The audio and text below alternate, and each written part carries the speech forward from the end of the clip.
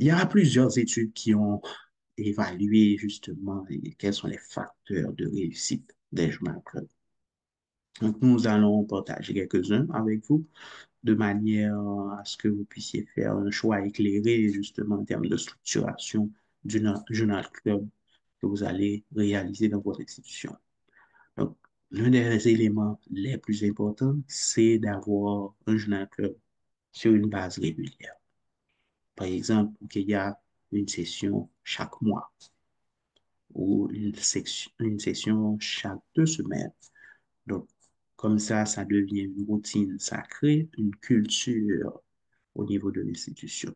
Donc, une culture de soins basés sur les évidences, une culture d'intégration de la recherche à sa pratique.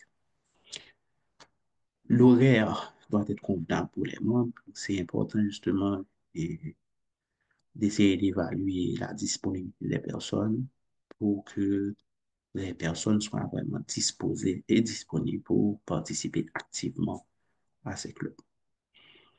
Si vous êtes dans un milieu académique où vous avez des résidents, des internes, donc on a trouvé que rendre la présence et la participation obligatoire et la noter, c'est un élément qui permet au journal club de réussir dans ces contextes académiques-là. C'est important aussi de réaliser ce club avec des prestataires ou des chercheurs, des éducateurs qui ont un intérêt commun. Donc, par exemple, on a vu que les journal clubs qui se font dans un service précis réussissent beaucoup mieux que le journal club qui intègre différents services avec des objectifs différents, des approches nettement différentes.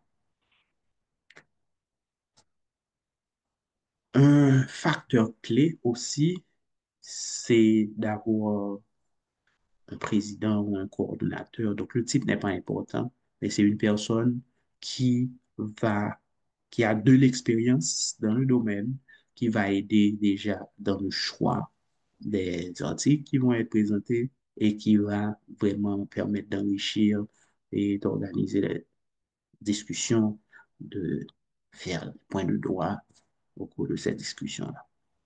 Et fondamentalement, c'est très important de bien lire l'article, de bien disséquer l'article. Donc, vous pouvez le faire à travers ces différents outils qu'on a vus et dans la première partie de la formation.